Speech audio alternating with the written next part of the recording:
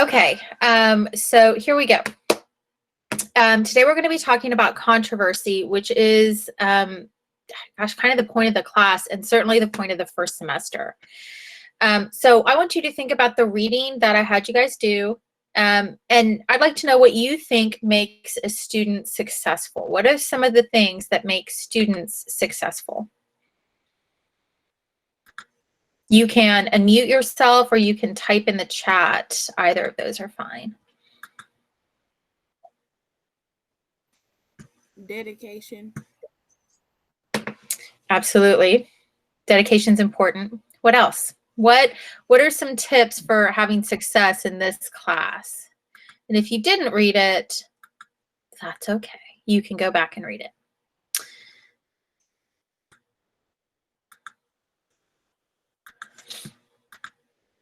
Strong mindset, hard work. Absolutely.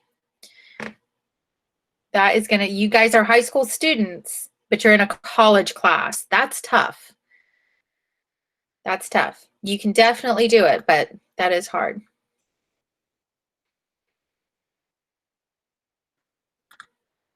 Consistency, strong mind match, time management. Yes. Goodness gracious. Yes.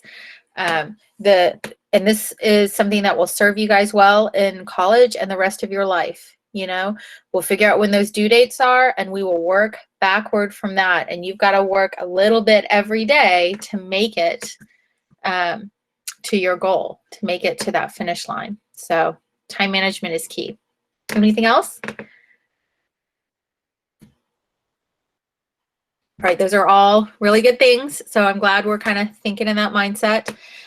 Here are some things that you have that I think are important too. Don't be afraid to ask for help. Right? I am here to help and support you through this. That is my function. And UT also has a bunch of people who are hired just to help you with the writing. So this is an intense course. We'll talk about that in another slide or two, but you have help around you. You just have to reach out and take it. Okay, so don't be afraid. All right, does anybody have any questions or comments or concerns about the homework that you guys did, the where's my Wi-Fi, the reading, anything? Okay. All right. If you do, just drop them in the chat or come see me during office hours. Okay. So let's talk about rhetoric. Rhetoric is the study, the practice, the teaching of persuasion, or getting other people to do what you want or to see your point of view. Y'all are teenagers, and I would say that you're experts in this already. You know how to ask your parents or guardians or the people you live with for things that you want, and you know to speak to them in different ways, depending on what you want and who you're talking to. When I was in high school, when I was y'all's age, if I wanted to go to the mall to go shopping, I did not ask my parents the same way for money, right? If I really wanted some spending money, I would ask my dad, and I would say, Daddy, can I have some money? And by using that phrase, Daddy, I've reminded him that I'm his little girl and he wants, you know, nothing but good for me and to protect me. And, you know, so I've buttered him up with that word and he gives me money. If I went to my mom and I said, Mommy, can I have some money? She would have said, stop right there. I don't know what game you're playing, but you're getting nothing from me, right? What are you up to?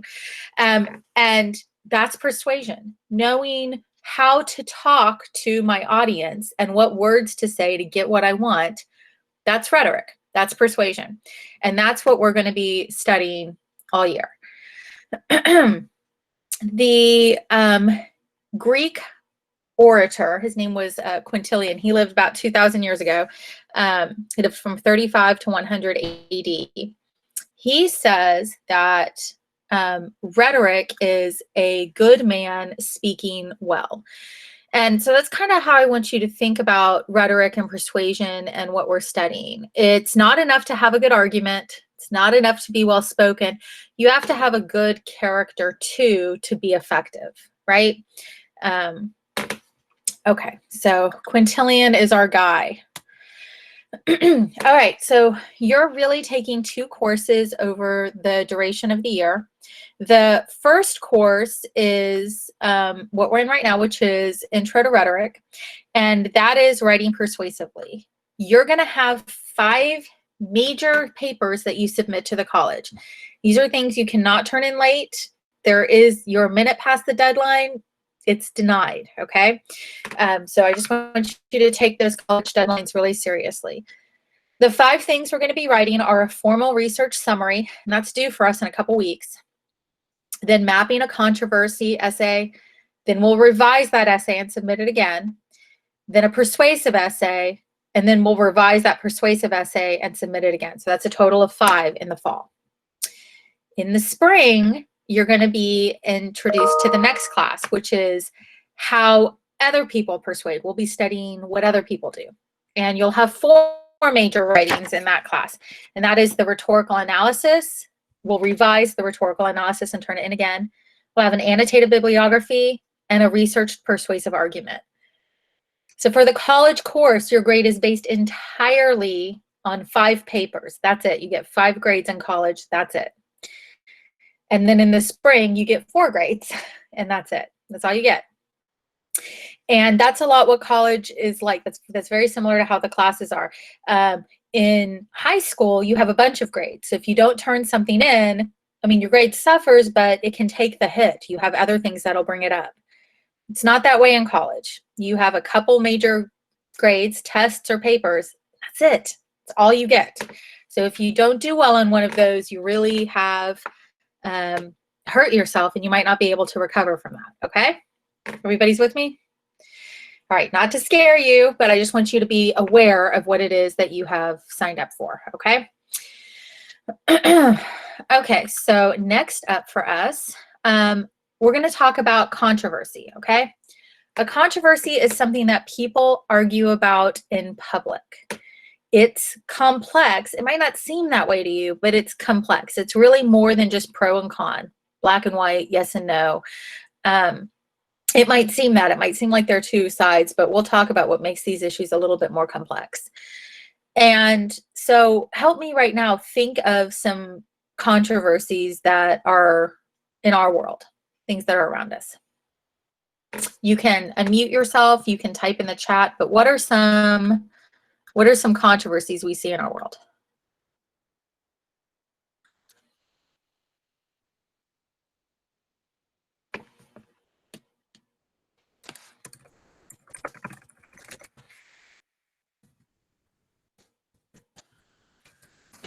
Here's one that was a hot controversy for us. It's still ongoing.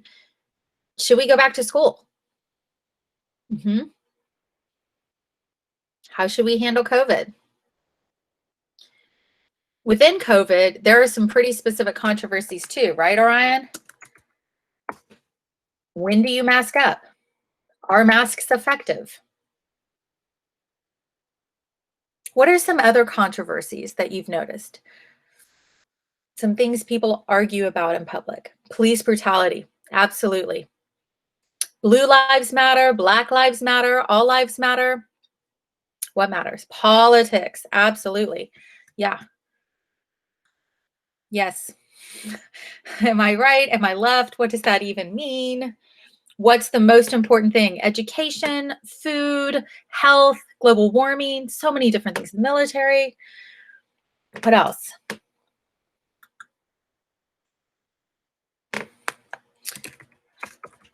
What else do people argue about? Racism. Cultural appropriation. Yeah. Who has the right to talk about these things, to feel, I mean, in some cases, attacked? Here's a popular one. Lots of people argue about religion, and there are lots of rooms in that house too, right? Like, which religion is the true religion? Or even within a denomination, like even if you're Christian, what's the right way to study the Bible? You know, what does this passage of scripture mean? Does it mean all women should be silent? Or does it just mean respect your partner? Where is the truth in there? Okay, So we've got a lot of controversies. And what it's important for you guys to know is that there isn't really right and wrong to these, even though it might seem like that, especially if this is a deeply held belief for you. There is right for you. And what is right for you might not be right for somebody else. And it doesn't mean that they're wrong. It just means that what's right for them is right for them. And what's right for you is right for you.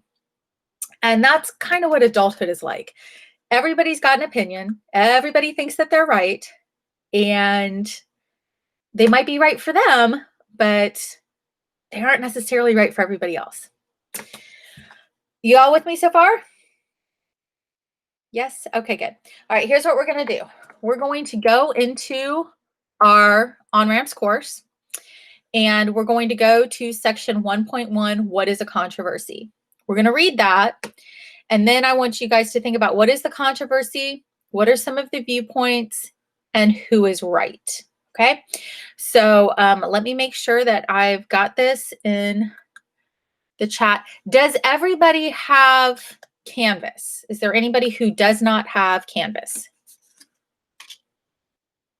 If you'll just type in the chat if you don't have it, I can show my screen so you can do the reading. Otherwise, I'm going to assume that you have Canvas.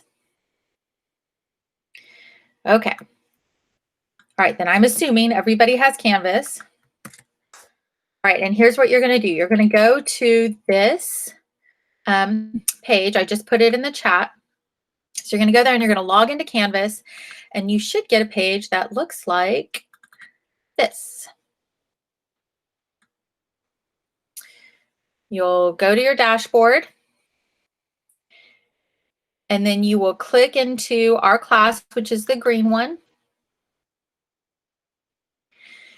And then I'm going to go to modules, which is that table of contents. And I'm going to scroll down to 1.1, what is a controversy? I'm going to click that, and up is going to come this reading, okay? So what I want you guys to do is I want you to read this, and then when we get to the end, we'll talk. So I'll give us about 5 minutes to read that on your own, okay? Okay, how are we doing? Are we good? Are you done reading? Give me a thumbs up, or do you need more time? Got one. Can't see everybody else's face. Miranda, are you done? Okay. All right, then let's talk about it. Okay, so y'all tell me, what was the controversy here? You can unmute yourself, would be easier, but you could also type it in the chat box. What was going on?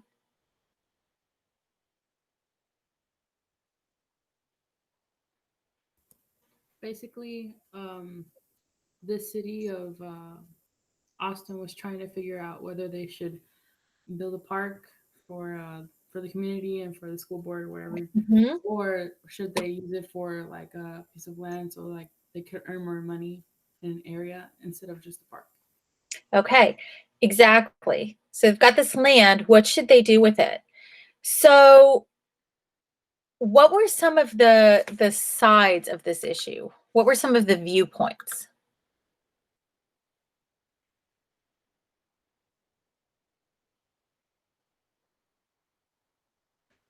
You guys can type it in the chat or you can speak out loud, but let me know who do you think was having this discussion? Who's interested in this?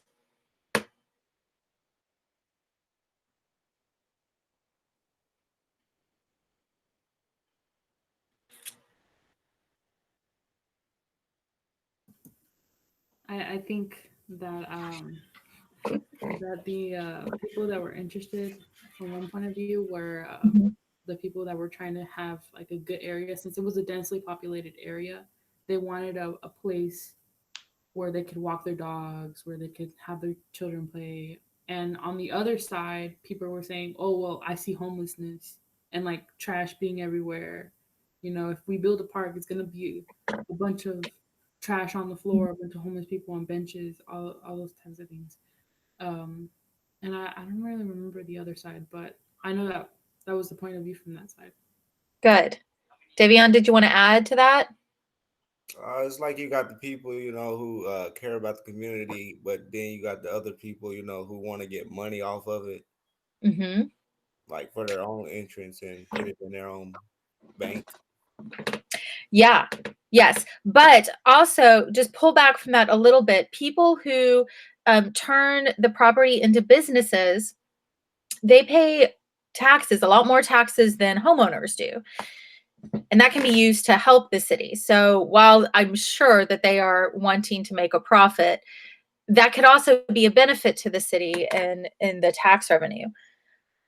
So let me ask the class, who's right? Miranda is putting her hands up. And I can't see you guys because y'all don't have your cameras on. So I can't tell if you're doing that, but who do you think is right? This is a trick question, by the way. Because the answer is what we talked about earlier. They're all right. It's not wrong for a business to want to make a profit. It's not wrong for a community to want to have a place to play, walk their dog. It's not wrong that sometimes these spaces can become an eyesore if they're not taken care of. Nobody's right. Nobody's wrong. Everybody's right. Everybody's wrong. It just depends on your perspective. What's right for you isn't necessarily right for someone else. Okay. That's what makes this a controversy. All right. Let me share my screen. We talked about this. Okay. We're going to skip this. I want to talk to you guys about stakeholders for a moment. And then I have an assignment for you. We're doing okay on time. Nope, that's not what I want to do. I'm so sorry. Okay. So stakeholders are those people we just talked about. Stakeholders are people who are affected by the outcome of the controversy, whatever the controversy is. All right. They have something to gain or to lose. They have something at stake. And knowing who those people are, knowing the stakeholders, who they are, where they're coming from, that's going to help you understand the shape of a controversy, right? So these people, what are they interested in? What are their beliefs? What are their values, right? And that's what's driving the conversation. So the people in this neighborhood, if they are families with a lot of small children, things that might be important to them. Well, y'all tell me if this is a family community with lots of small children, what kind of things might be important to those people? And you don't have to unmute yourself. You can just put it in the chat, or you can unmute yourself. Come on, Kennedys, give me something. Oscar, James, what you got for me? What might people with small children, what might families with children, what might they value regarding a park? What might be important to them? Safety. Yeah. Absolutely. Will it be safe for my kids to play there? Education is going to be important to those families. That social aspect. And if we had a community full of older retired people, not young families, but older retired people, their interest in a park might not be the same. They might not care if there's a playground. They might not care how close it is to a school. Their values and beliefs are different because they're at a different stage in their life, and that affects this conversation. Does that make sense? All right, so what I want you guys to do is I want you to think about this. Your opinions are really important, right? You're probably told a lot. You guys are what, 16, 17, 18 years old? You're probably told all the time that your opinions don't matter. You're just a kid. What do you know? Let the adults do the talking. You know, you're told what to do, not how do you think about it. So I don't want you to hear that from me. Your opinion is important. You're a human being. It's valid. But in this class right now, we aren't asserting our opinion. It's less important which side you think is right about the park. The skill we're practicing is you to be able to step back and look at everybody's opinion. What do you see? All right. View the controversy from outside the controversy, if that makes sense. I want you to empathize with the stakeholders. I want you to see who they are and imagine what they might be feeling. But I don't want you to become a stakeholder in this. I want you to stay as an observer. Does that make sense to you guys? I hope so. Okay. That's the skill we're going to be practicing. You're going to pick a controversy to study. All right. And if you feel like you can't observe, like you're going to get involved in it, we'll need to pick a different controversy, right? Like gun control, abortion, gay rights, religion, these things you might already have a strong opinion on. So if you can't be observant, we might need to pick a different controversy, if that makes sense, right? Okay. All right. So let me show you what the intent was for us today. All right. This is all the stuff we had to do. We were going to read section 1.1. We're going to read section 1.2. We're going to do 2 discussion boards. 1.3. Then for homework, you're going to do 1.2, 1.4, do 2 more discussion boards. You're going to do the knowledge check, and you're going to finish orientation. All of that was what we were supposed to get done today. We're not going to get all that done today. Instead, I'm going to show you what a discussion board looks like, and then we're going to do the knowledge check. But I want you guys to understand that's how much work is going to be in the class, like every day. Okay, like we only meet 2 times a day, but it's going to be that much work, and you're going to have to do some work today and some work tomorrow, and that's going to be the pace of the course. So some things to think about. If you feel like this course is going way too fast and you need support, I need you to ask for help. I need you to let me know. If you feel like this course isn't the right course for you, let's talk about what some of the other courses are that you could do. What makes this class so hard is the pace. It goes. I cannot do anything about how fast the course goes. It goes. We have to meet the UT deadlines.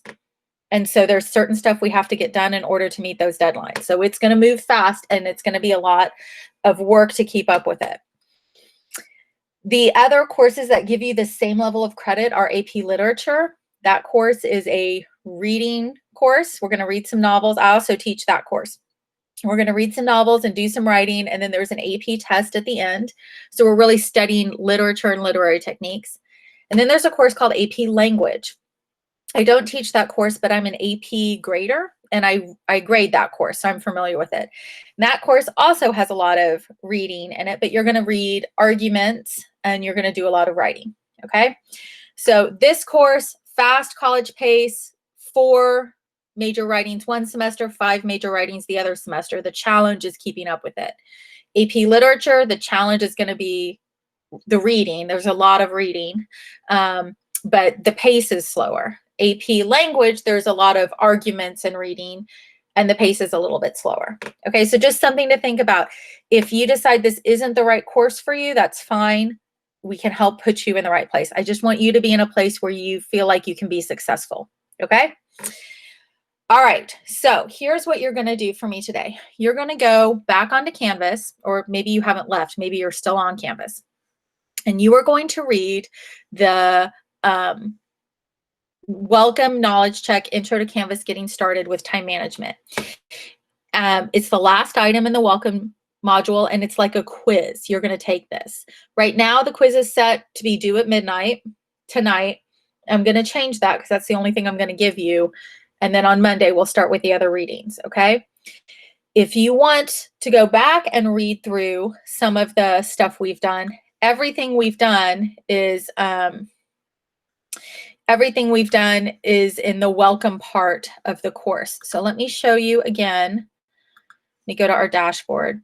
So when you get into your course, when you log on to Canvas, you'll see this. You go to our Intro to Rhetoric, and then I like to go to the modules because that is the table of contents. And by the end of this course, by the end of today, you should have done all of the stuff up here in Welcome to Rhetoric, okay? Or you should be familiar with it. And you're going to come down here to this very last one and click it. And this is going to be your, it's called a quiz. I'm not taking a quiz grade on it. It's just what I want you guys to do. It's how to use the Canvas resource, okay? That's it for today, is just that. And then we'll worry about everything else tomorrow. If you feel like you don't understand what I said about rhetoric, controversy, or stakeholders, go back and read those sections, and we'll cover them again on Monday. Does anybody have any questions? Man, I feel like I do a lot of talking. No. Okay. All right. So then you've got 25 minutes. I'm going to stay online, and you can work on this quiz with me, and I can help you. You can get off, work on your own. If you've got questions, hop back on. You can email me. I will be adding to our Google Classroom a link for my office hours. And I'll be updating all of the due dates in our calendar, because those right now are wrong, because we're not going to do some of this stuff today, okay? Okay, if you don't have questions, you can hop off or stay on and start working. I'm going to shut up, and I will see you guys on Monday. I think that's right. I think it's Monday. Okay. Okay, I'm muting myself.